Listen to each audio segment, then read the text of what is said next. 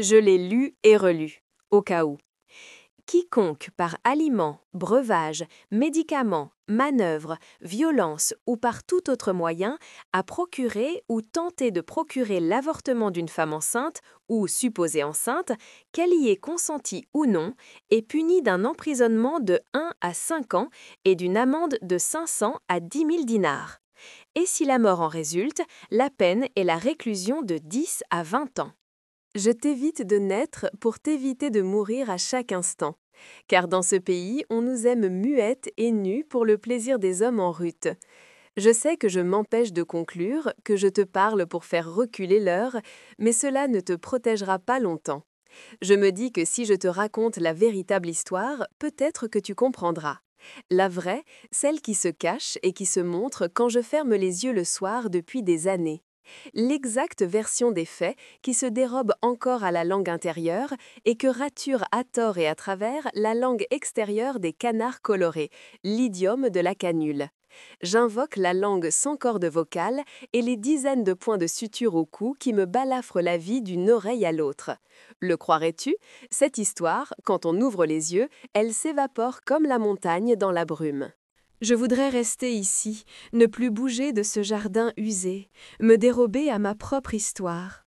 Mais je crois que c'est lorsqu'elles gisent sans mots que nos histoires deviennent dangereuses. Comme un gouffre, la mienne creuse le trou dans ma gorge. Une sonnerie, c'est Khadija. À cette heure, elle doit être arrivée à Paris pour prendre son deuxième avion pour Bruxelles, cette ville grise où se cachent mes cordes vocales. Dans sa tête, son histoire de berceau à l'aube du 5 juillet 1962 recommence. Quand elle me parle, je retombe dans son ventre, et toi, dans le mien. Nous sommes comme les histoires des 1001 nuits, mais des nuits de mensonges.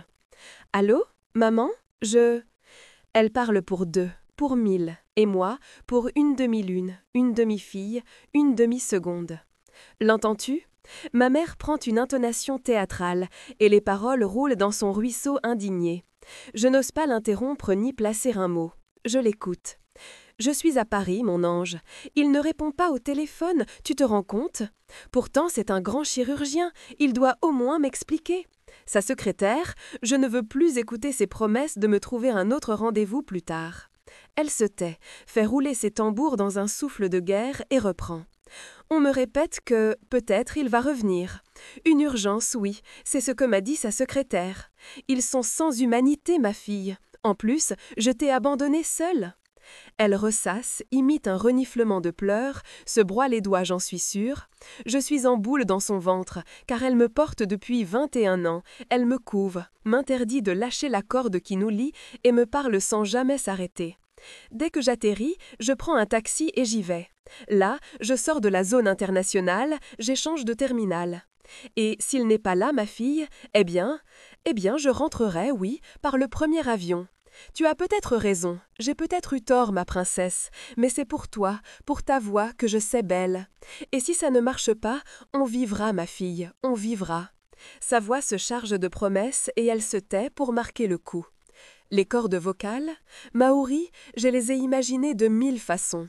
Des vraies cordes comme celles d'un puits, des cordes comme celles d'une guitare, des cordes comme celles des pêcheurs, des cordes de cirque, des cordes de jongleurs ou de trapézistes, des cordes pour attacher les moutons, des cordes de chaloupe, de marins, de pendus. Quand tu ajoutes vocales, elles vibrent, elles font onduler l'eau et les murs. Là, une unique corde nous relie, Khadija et moi, traverse la mer et arrive à mon oreille. Ma mère me garde dans son ventre depuis qu'elle m'a ramenée d'un hôpital de Relisane le lendemain du massacre des miens.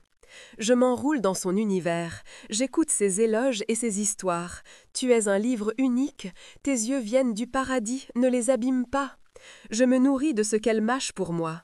Sauf que là, on est 3, imbriqués comme des poupées russes. Et elle va le savoir, elle risque de revenir plus vite si son chirurgien belge n'est pas au rendez-vous. Elle va revenir plus vite que prévu à Oran, petit Touri, et elle en mourra de croiser ta présence, car elle nourrit son rêve, ma lune, elle imagine les détails et les tissus de mon mariage, elle veut un palais, un conte, une histoire qui finit au paradis, tu sais. Mais ça pour la langue extérieure. Sa langue intérieure me hurle qu'elle exige, en me mariant dans le faste, d'interrompre la malédiction des femmes qui viennent au monde sans père ni mère, comme elle, ou qui les perdent comme moi. Elle désire une histoire avec un mariage, un père, une mère et un enfant qui ne sera pas abandonné un matin à la porte d'une mosquée. Elle veut réparer ce qu'un Dieu ou le hasard a mal fait.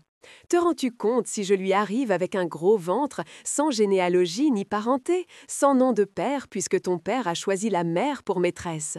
Ce n'est pas qu'elle soit conservatrice ou bornée sur ses lois d'homme, mais c'est une question ancienne et toujours vivace pour elle. Et là, je dois refleurir et vivre et être heureuse pour deux. Voilà l'histoire. En arrivant au salon, j'ai hurlé. Certains riaient, on se rassembla autour de moi et l'on compatit même, je crois. Non pour ce qu'on avait fait à mon salon, mais parce que je ressemblais à un poisson hors de l'eau. Et que mon rugissement souverain arrivait dans leur monde sans les sons naturels. Je leur lançais des hurlements murmurés que mes yeux écarquillés et mes battements de mains réfutaient. Je jouais un petit cinéma muet dans leur univers de bruit. La police? À quoi cela aurait-il servi? Des heures d'attente, un agent me renvoyant à un autre pour écouter ma plainte. Leurs moqueries, leurs questions sur ma gorge ouverte, ma blessure, et les mots et les phrases à répéter ou à avaler comme des pierres. Je suis restée debout sous mes affiches de femmes flambant de beauté. J'ai préféré m'abstenir. Aux fenêtres des immeubles, des voisines m'examinaient, curieuses, moqueuses ou compatissantes. Certaines femmes choisissent leur camp très vite. Elles croient que le seul moyen de survivre dans une prison, c'est de s'en faire les gardiennes, pour sûr. On ne combat pas Dieu, c'est-à-dire les hommes, dans ce pays, et au fond, ma lune, je sentais venir leur vengeance. J'ai tourné en rond, j'ai scruté chaque visage pour trouver des praves, des traces, en vain. J'ai tenté de lever le rideau de ma devanture. Il résistait, tordu, fracturé et inutile. J'ai réussi à moitié et je me suis courbée pour entrer dans mon salon, saccagé. Les cambrioleurs avaient éventré les 3 fauteuils comme on le fait des vaches à Hadj Shekala, les bacs gisaient cassés, les shampoings aspergeaient les miroirs de leur bave et les flacons de parfum traînaient, gorges ouvertes au sol. On devait sentir de très loin leur mélange brutal. Les appareils d'épilation, les lisseuses et les sèche-cheveux avaient disparu. Puis je l'ai vu, là, le gros paquet, et je ne sais pour quelle raison, les histoires de la guerre, la mienne, me sont revenues. À l'époque, lorsqu'on affichait aux portes des mosquées la liste des gens à abattre, on leur envoyait un linceul propre et un savon parfumé. Pour la dernière toilette mortuaire. J'y songeais, tourmentée par cette irruption du rêve rouge dans ma vie de tous les jours. Je l'ai ouvert. On m'offrait un voile en mauvais tissu, noir et ample. Et un Coran, vert et impassible, avec des lettres dorées. Khadija ne devait rien savoir de cette histoire, me souffla la moitié de ma raison. J'allumai une cigarette et, devant les curieux, dans la rue qui sépare le salon de la mosquée, j'ai fumé. En plein jour, je fixais leurs regards durs. Je laissais l'odeur du tabac lentement glisser vers leurs narines indignées. Un moment, j'ai pensé briser les vitres de la mosquée ou crier des insultes, mais avec quelle voix, Maouri? Est-ce que je me doutais que ça allait arriver? Oui, dans le clair-obscur de l'intuition. Je savais qu'un couteau nous menaçait. La petite guerre entre mon salon et la mosquée d'en face, lancée depuis quelque temps, devait se conclure un jour ou l'autre. Entre ma canule et le haut-parleur du prêcheur, la tension était palpable et sa rumeur s'était répandue dans le quartier. Je fis rapidement l'inventaire du faux cambriolage. On avait volé ce qui n'était pas cassé, un peu de monnaie dans la caisse, les appareils les plus coûteux et des produits de beauté. Sur le sol, j'écrasais une perruque qui couvrait une tête de mannequin chauve. On m'avait pris mes 1000 parfums en ne m'en laissant qu'un, un gros flacon de musc, le parfum préféré des barbus d'Allah. J'entendais un rire se répandre dehors, sauter d'une bouche à l'autre, puis se gonfler avec de grandes oraisons sur Dieu et ses signes. Les femmes de la cité, celles qui fréquentaient mon salon, assistaient elles aussi au spectacle derrière leurs volets. Je leur en voulais, mais au fond, qui pouvaient-elles? Elles iraient ailleurs pour se préparer pour les hommes. Je ne suis pas un homme ou une femme, mais une anomalie qui devait tôt ou tard être expulsée. De temps à autre, des enfants se penchaient par-dessous le rideau brisé pour me demander ce qui se passait. Une grosse voix tonna dans le ciel en suspendant le temps. Elle hurlait, tour à tour, suppliante et dédaigneuse, boudeuse et exigeante, comme le cri d'un délaissé. Aucune femme n'avait cette force vocale ni le droit de l'imiter dans un minaret. C'était l'appel à la prière de 13 heures. Tout le monde accourut. et la rue se vida. 13h30. Il n'y aura pas de cliente aujourd'hui, ni demain, ni plus tard dans la semaine. Je ne pourrai rien réparer avant des jours. Avant l'Aïd, les femmes s'enferment dans les cuisines pour vider les entrailles des moutons, apprêter, assaisonner et attendre le grognement satisfait des mâles. Il était joliment décoré avant mon salon. J'y accrochais des photos, des îles, des femmes aux yeux dorés, et j'aimais y écouter les discussions enfin libérées des hommes. Aujourd'hui, il n'y a pas de cheveux à brosser, de cils à allonger, de sourcils à épiler, de sexes à rendre soyeux comme les hommes les aiment, pour nous imaginer vierges, pas de poses à lisser, de points noirs à enlever, de racines blanches à colorer de tons venus spécialement de Paris. Rien. La fête approche, mes 2 employés sont rentrés chez elles, et les faux cambrioleurs sont passés par ici pour me laisser un message clair. Hanan, mon employée, tu aurais pu la rencontrer si on était venu il y a une semaine. Elle ne parle presque pas, mais sa langue intérieure affleure dans les nuances de ses cheveux. Elle promène sa crinière oxydée comme un cri. Elle la rehausse chaque semaine en jaune vif, dans un excès furieux de blondeur, pour se venger de son ancienne vie. Tu sais, elle est malheureuse et forte à la fois, et je l'ai recrutée l'été dernier parce qu'elle possède une voiture. Elle peut faire des déplacements auprès des clientes pressées. Oui, Hanan conduit aussi, et elle ne parle pas beaucoup, ou si peu. Ici, c'est le siège de ses clientes fidèles. Celles qui jasent sans s'arrêter la préfèrent à sa voisine. Je ne crois pas qu'elle écoute leurs histoires sans fin, mais elle ne les interrompt jamais. Sa voiture, c'est ce qu'elle a hérité de son mari décédé il y a 5 ans. Une vieille auto et le silence qui a fait son nid en elle. Ses 5 frères, dès qu'elle fut veuve dans sa ville à Schleff, la voilèrent intégralement et lui imposèrent le masque sur le visage et la stricte surveillance de ses gestes, mouvements, regards. Elle n'avait même plus droit d'approcher une fenêtre, d'élever la voix dans leur demeure ou d'avoir un téléphone ou des amis. Seulement un oiseau dans la tête. Et un Coran. Une femme divorcée, une femme veuve, c'est une bombe dans la maison, expliquent les hommes, à propos de leur mère, leur sœur ou fille revenue jetée de chez leur mari comme des serviettes après le repas. La pauvre Hanan était surveillée à la manière d'une mèche de dynamite ou d'une fissure sur le mur. C'est leur honneur qui était en jeu, pas sa vie à elle. Ils se relayaient pour la guetter et peut-être rêvaient-ils tous les 5 de sa mort magique. La fratrie finit par la marier à un autre homme, cette fois à Oran, dans le quartier de Belgaïd, à 345 km de chez elle. Ils espéraient faire oublier son histoire et la diluer dans les conversations.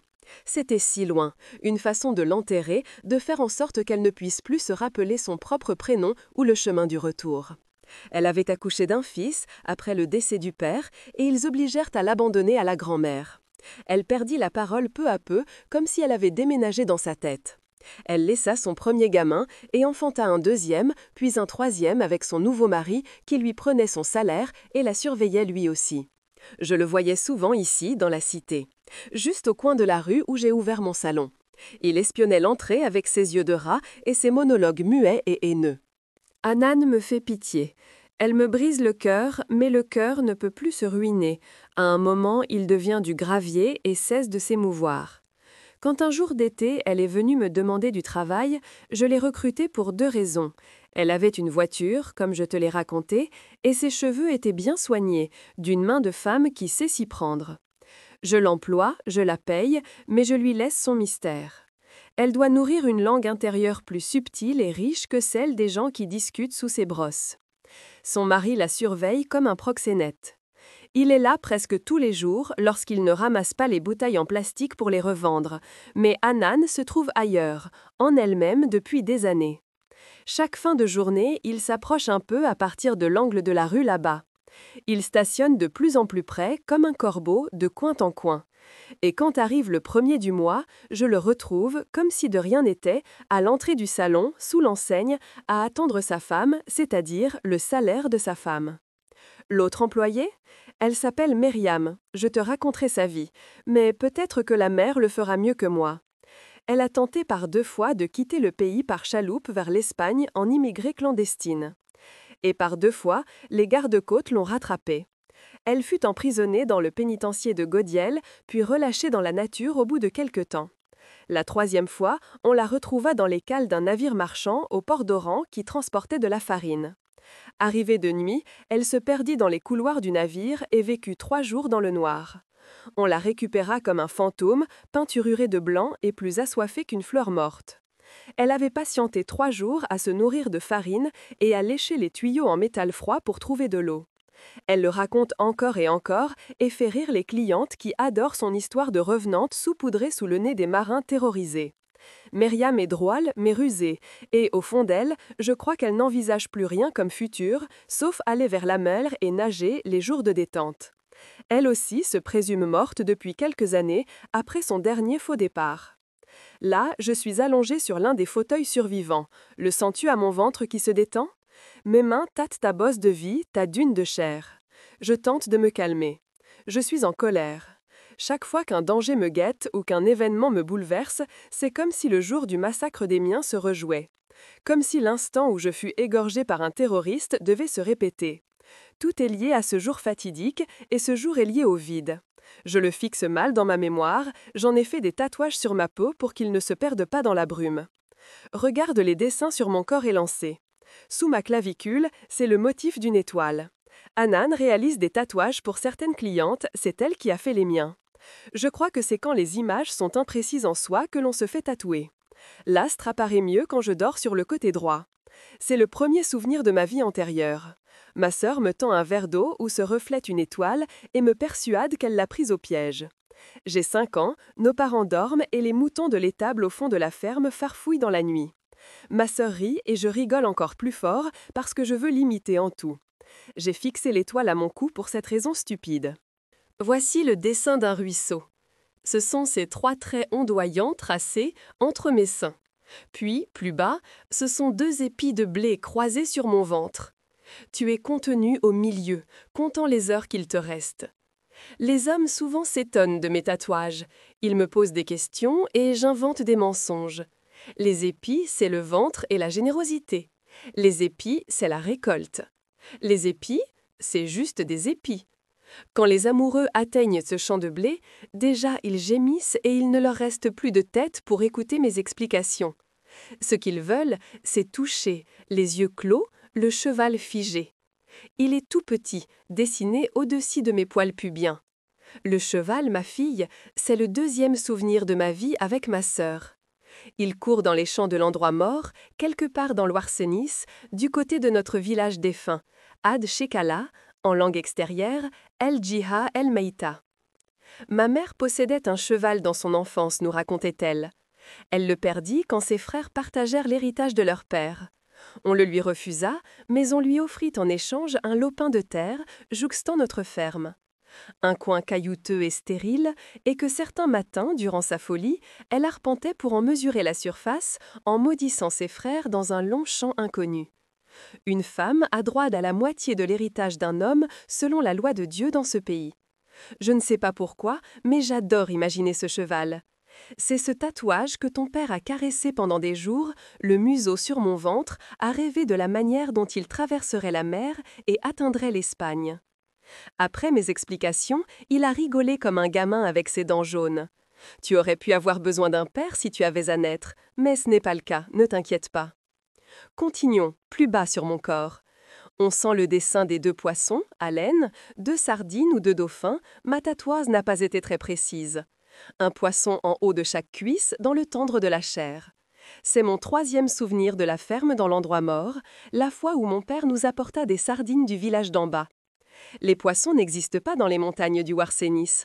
Folle de joie, ma sœur et moi, on estimait qu'elles étaient encore vivantes à cause du soleil qui griffait leurs écailles bleues. Une dizaine de sardines enveloppées dans du papier journal. Elles étincelaient et leur bouche était ouverte. Aujourd'hui, le souvenir de mon pays natal est éparpillé en moi en 1000 morceaux. Je récupère des bouts avec la voix de ma mère qui chantonnait de plus en plus à mesure que notre dernière heure approchait. Tôt le matin, elle s'adressait à ses ancêtres puis entonnait un long chant comme une complainte. Je suis désolée pour la cigarette. Une femme enceinte ne doit pas fumer, mais je ne sais pas quoi faire pour toi et pour mon salon. Ils me l'ont brisé comme un miroir. Dors, dors, laisse-moi réfléchir. Ramène à la surface une guerre muette entre mes houris et les houris de l'imam d'en face. Certains devinent mon identité véritable, la tueuse en moi, la morte. L'imam de la mosquée, par exemple. C'est lui, j'en suis presque sûre. Quand on s'est croisés pour la première fois dans la rue, qu'il a vu mon sourire et le trou dans mon larynx, il a battu en retraite avant de se ressaisir. Chaque fois que je le rencontre, le rire dans mes yeux verts et or l'incommode et lui arrache ses vêtements devant tous les fidèles après son propre Dieu. Mon métier est de rendre belles les femmes, vendre des parfums, lisser des chevelures pour qu'elles soient plus longues que les fleuves du paradis. Le sien, c'est parler de djihad, de guerre, de butin, de la France, des lois, du péché sous toutes ses formes, de paradis et de prophètes. C'est avec ces mots à lui, pas les miens, Mahouri, qu'on a tué des centaines de milliers de gens durant les années 1990 et jusqu'à ma mort, le 31 décembre 1999. Et il le sait. Je le vois à son regard baissé.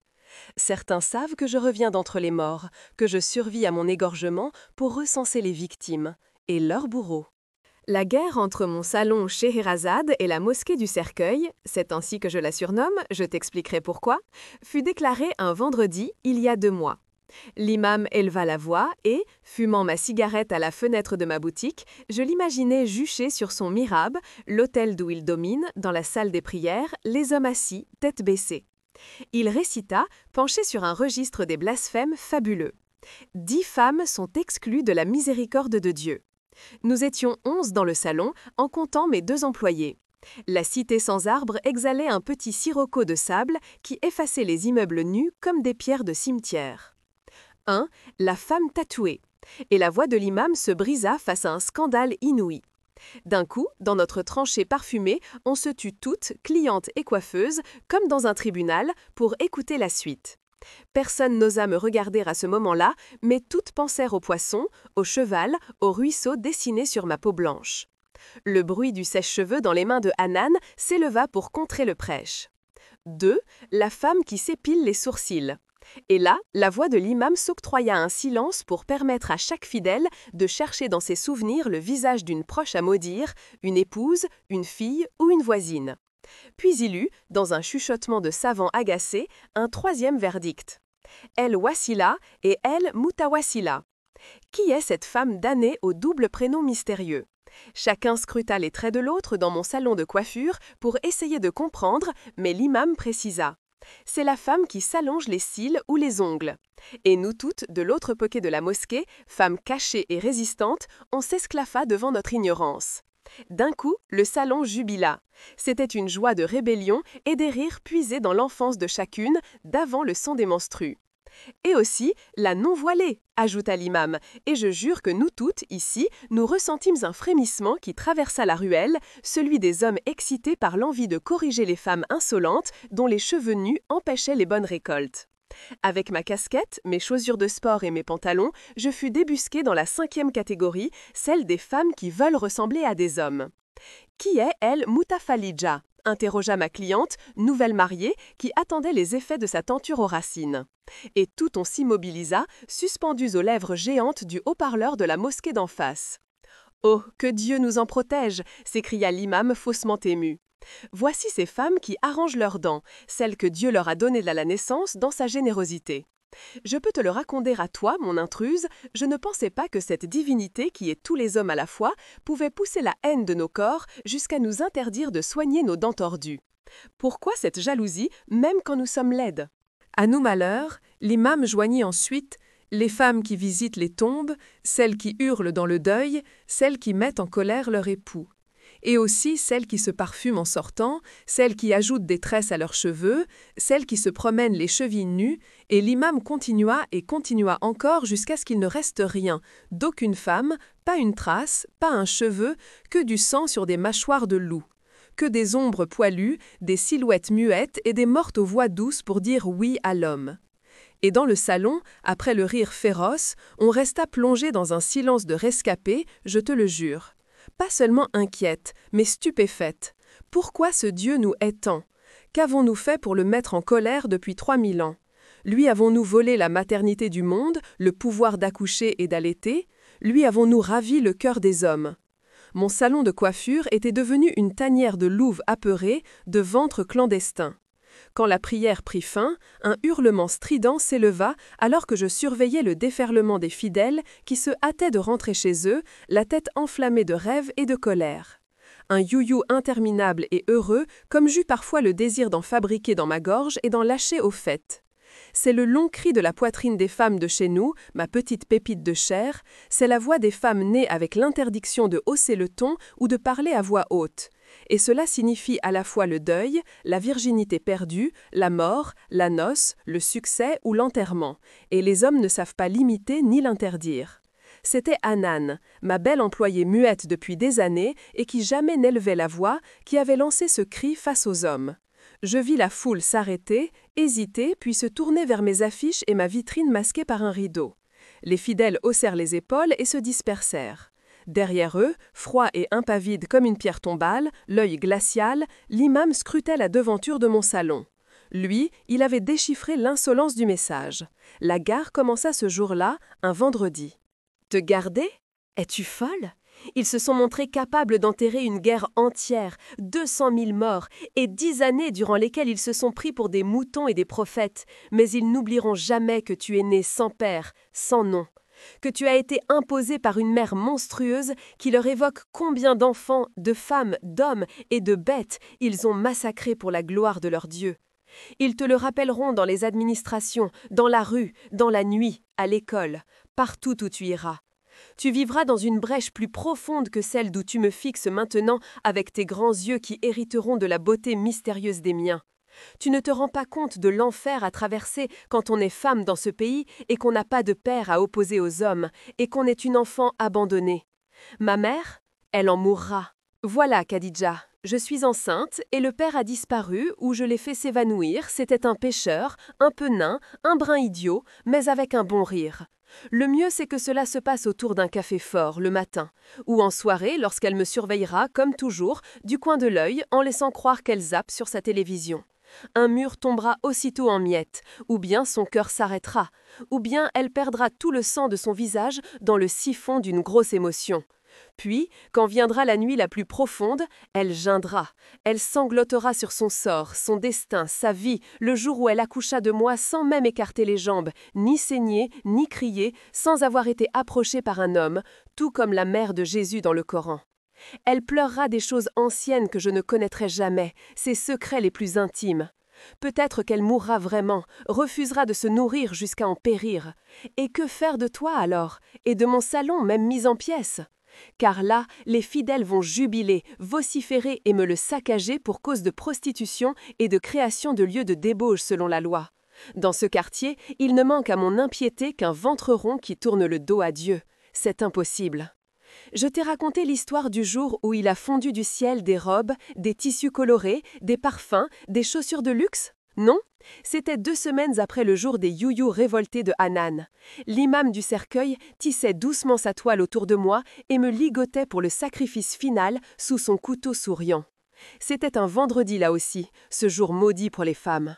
Depuis janvier, les hommes attendaient la pluie qui ne venait pas et les récoltes maigres inquiétaient les ventres. Les hommes, les vieux, les enfants en discutaient partout dans les rues et soupiraient de peine et d'effroi. Nous les femmes, nous savions surtout que dans ce pays, si l'averse manque, si la sécheresse s'abat sur les terres comme une malédiction, c'est que nos trêves ont été trop courtes et nos péchés trop grands. L'imam de la mosquée du cercueil l'avait hurlé 3 fois durant le prêche des dernières semaines. Ses fidèles, accroupis sur des tapis malodorants, acceptaient, gênés, alors que les femmes des immeubles poussiéreux tout autour reculaient derrière les fenêtres. Dans l'aire de Haï El Yasmine, là où se trouve mon salon, une vaste banlieue où les gens s'entassent pour attendre le paradis et la semoule, on sentait venir la vague, le coup, la gifle sans raison ou le crachat au visage de celle qui s'est maquillée un peu trop. De temps à autre, comme des étincelles dans les parages d'un bidon d'essence, un homme hurlait sur une femme qui l'aurait bousculée dans une boulangerie ou un adolescent tirait par les cheveux une jeune fille à la voix trop haute. Cela durait depuis des jours, puis, un matin, il a plu. Des torrents, avec rage, comme si un dieu excédé par les prières cédait aux hommes. Il a plu, mais pas de l'eau. Je venais de relever le rideau de la boutique Scheherazade, Hanan m'attendait dehors.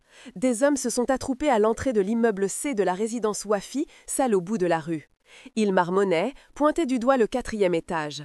L'imam du cercueil, entouré de ses fidèles, soupirait et se montrait exagérément consterné, comme dans un film grossier, et volait d'un groupe à l'autre dans un mouvement de frelons.